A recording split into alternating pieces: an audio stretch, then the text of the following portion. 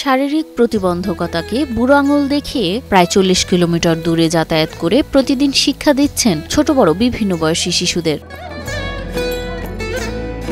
শুধু তাই নয়, অর্জন করেছেন স্নাতক ডিগ্রি, এমনকি একটি স্বনামধন্য এনজিওতে চাকরিও করছেন তিনি। আমি এখন অ্যাক্সেস বাংলাদেশ ফাউন্ডেশনে আমি ফিল্ড ভলান্টিয়ার হিসেবে নিয়োজিত আছি। বলছি ঢাকার ধামরাইয়ের তরুণ জাহিদুল ইসলামের কথা। তিনি শুধু পড়াশোনা নয়, সঙ্গীতেও সমান পারদর্শী। নিজে গান লিখে সুর করেন, আবার কণ্ঠে পরিবেশনও করেন। কত সম্ভাবনাময় এই বিশ্বে, কত প্রতিযোগিতাময়। পাশাপাশি নিয়মিত কোরআন তেলাওয়াত ও আজান দিয়ে থাকেন তিনি। মা কানা আলান নাবিয়্যি মিন হারাজিন ফিমা ফারাদাল্লাহু লা।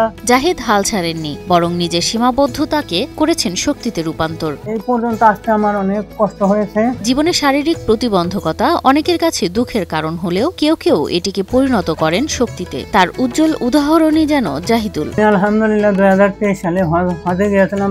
জন্ম থেকেই শারীরিক প্রতিবন্ধকতা নিয়ে পৃথিবীতে আসেন জাহিদুল। 4 ভাই বোনের মধ্যে সবার চিন্তার কারণ হলেও তিনি এখন পরিবারের সবচেয়ে শিক্ষিত। জন্ম থেকে উনি সেরিব্রাল পালসি প্রতিবন্ধিতা নিয়ে জন্মগ্রহণ করেছেন। তো ওনার প্রতিবন্ধকতা আসলে ওনার পড়াশোনা থেকে শুরু করে কর্মজীবনে কোনো ক্ষেত্রেই ওনাকে আটকে রাখতে পারেনি। ইলেকট্রা রেফ্রিজারেটর, খাবার তাজা তো জীবন তাজা। ইলেকট্রা, ফ্রিজের রাজা। প্রাথমিক বিদ্যালয়ে ভর্তির সময় অনেকেই তাকে অবহেলা করেছিলেন, কিন্তু জাহিদুল থেমে থাকেননি। ধামরাই থেকে সম্পন্ন করেন ইসলামিক স্টাডিজে অনার্স ডিগ্রি। এরপর ধাপে ধাপে এগিয়ে আজ তিনি একটি স্বনামধন্য এনজিওতে চাকরি করছেন। একই সঙ্গে স্বেচ্ছাশ্রমে নিজ এলাকার প্রতিবন্ধী বিদ্যালয়ে শিক্ষকতাও করেন।